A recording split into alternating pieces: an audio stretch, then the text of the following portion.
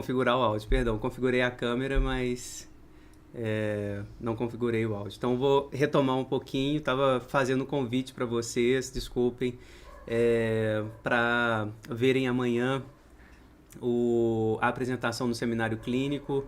Então se inscrevam no canal e assim, tornem-se membros do canal. O texto é da professora Jo Gondar e do Diego Antonello.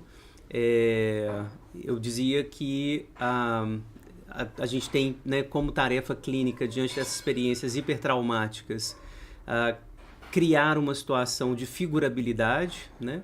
Situação de figurabilidade, ou seja, uma situação na qual o paciente consiga finalmente, né, produzir algum tipo de narrativa, algum tipo de representação para dar conta do traumático, né? Nesse sentido, os autores lembram da função traumatolítica do sonho em Ferenczi, né? É uma leitura um pouquinho diferente da que o Freud vai estabelecer da interpretação dos sonhos, mas acho que se aproxima muito da leitura que o Freud faz na interpretação dos sonhos a partir do além do princípio do prazer, né? Que qual que é a função traumatolítica do sonho? A função traumatolítica do sonho é tentar fazer uma primeira representação, né, do traumático, né? Então reviver o traumático, repetir a experiência traumática para controlar essa experiência traumática. Então quando a gente sonha, né, tem um pesadelo, né, e está sonhando com o trauma, é como se a gente estivesse o tempo todo tentando representar uma situação que a gente já viveu e não deu conta de elaborar.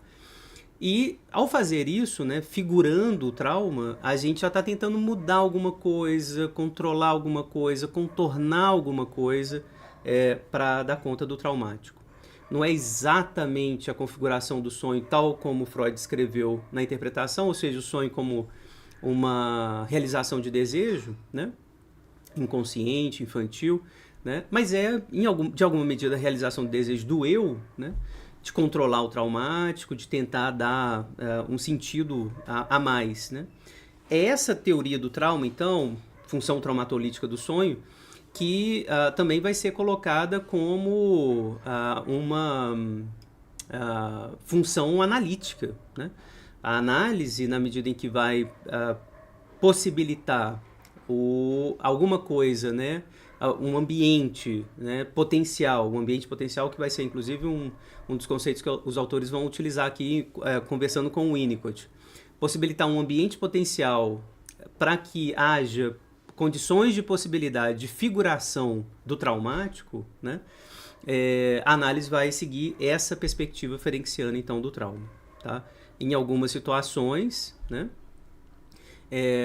o que a análise tem a ofertar, né, e isso talvez seja o mais importante a ser ofertado numa situação analítica, seja justamente uma dimensão de testemunha, né, condições de possibilidade de figuração daquilo que foi vivido de forma hipertraumática. De maneira geral, a gente está falando dos abusos, né, das violências, abuso sexual infantil, abuso psicológico, enfim, várias formas de violência que, em especial, a criança sofre, né? E que nunca foi dito, nunca foi figurado, muitas vezes, né, foi desmentido ao longo da vida pelas pessoas próximas, né? E o analista como testemunha, ele não vai ser exatamente um terceiro, né? Porque eles vão distinguir aqui duas maneiras de ver a testemunha, que é super interessante, que é ou um terceiro, né? Então tem dois personagens envolvidos ali e eu fico de fora vendo, né? Eu seria uma testemunha nesse sentido. Mas também tem aquele que se mantém no fato e se mantém presente, né? Ou seja, um superstes, né? Tem o terstes, que é esse terceiro que vê, e o superstes, né, que é esse que está envolvido na situação, mas que testemunha por estar envolvido, por estar ali, né? É esse aí que o analista deve se tornar também, né? Não é só o terceiro que está ali de fora, né? Não, é alguém que vai também vivenciar essa experiência via transferência, via contratransferência, vivenciar essa experiência na clínica, né? De dar condições de possibilidade para a narrativa do traumático, né? Então, a gente está lidando com pacientes hiperclivados, né? Também característica muito frequente nos pacientes que passaram por traumas graves, né? A clivagem, não o recalcamento, né? E a clivagem, como vocês sabem, impede o diálogo entre essas partes divididas, né?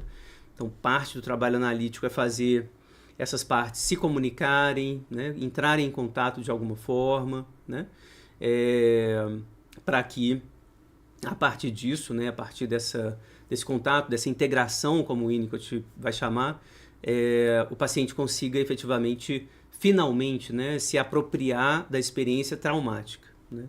Se apropriar um pouco da experiência traumática, seja a partir do sonho, da narrativa, né? De algum tipo de palavreamento, né?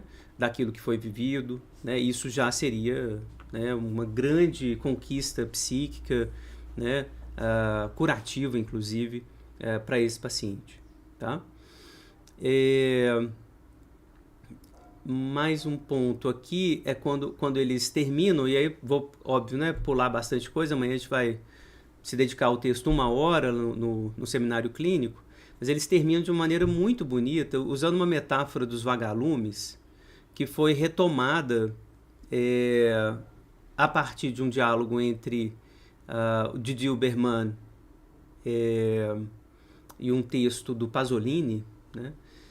Que o Pasolini, né, ele estava lendo a Divina Comédia, do Dante, e na Divina Comédia o paraíso era pura luminosidade, né? Pura luminosidade. E o inferno era tudo escuro, né? Com pequenos vagalumes, pequenas luzes, né? E cada luzinha dessa era um político sofrendo, né, lá no inferno. Imaginei o Bolsonaro, né? Lá como sendo uma dessas luzinhas. Não pude deixar de imaginar isso. E aí o Pasolini pega esse bruxuleio, o bruxuleio dos vagalumes no inferno, né?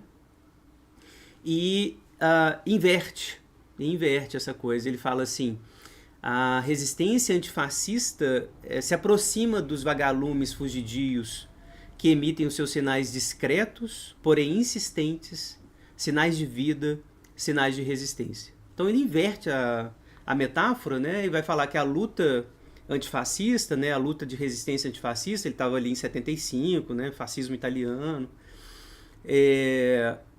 a luta antifascista são esses vagalumezinhos, né, e a clareza ultra clara, né, do fascismo, né, aquela coisa sempre monumental e ariana e tudo bonito, esteticamente perfeito, né? Aquela clareza absurda, ele situa do lado, então, infernal, né? O lado do fascismo.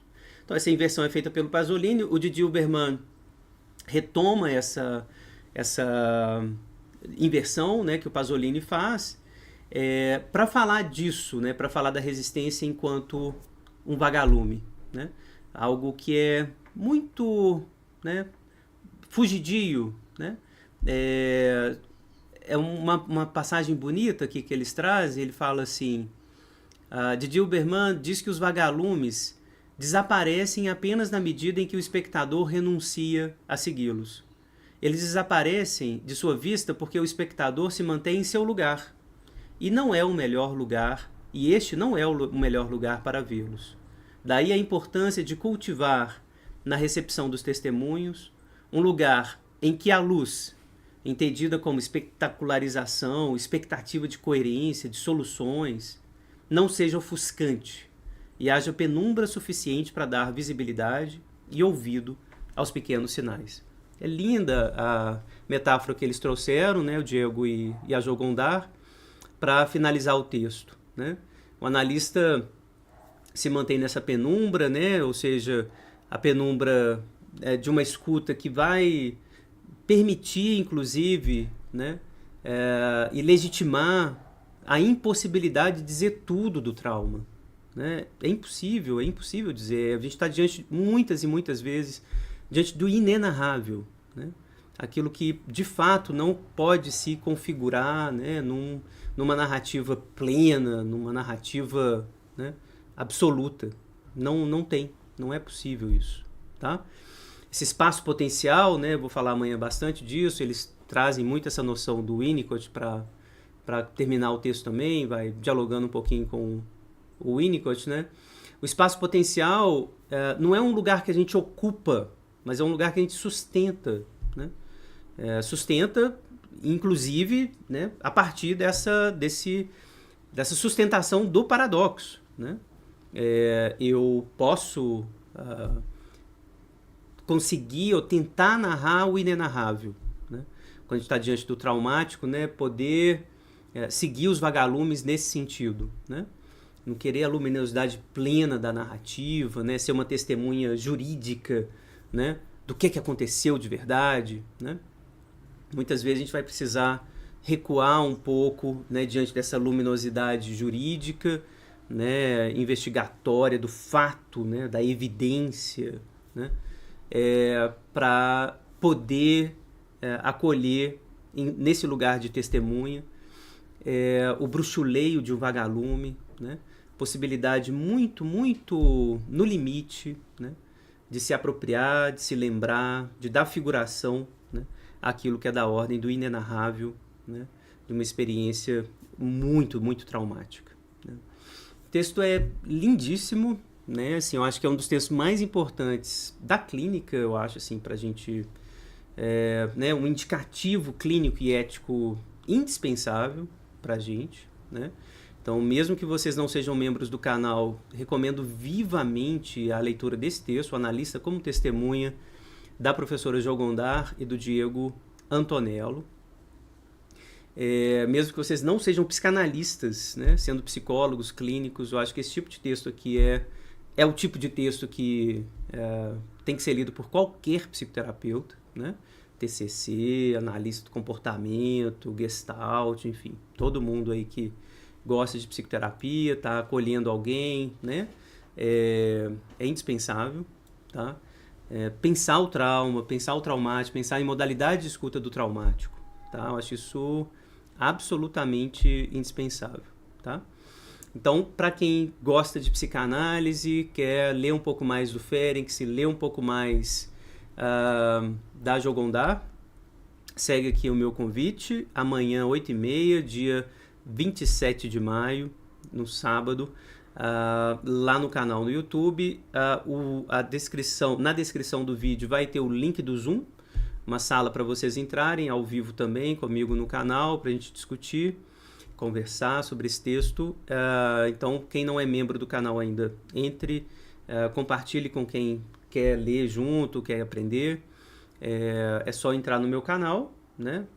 youtube.com/@Fábio Belo e clicar lá, seja membro, né? Esse vai ser membro e tem acesso aos 46 textos. Já temos 46 textos já lidos.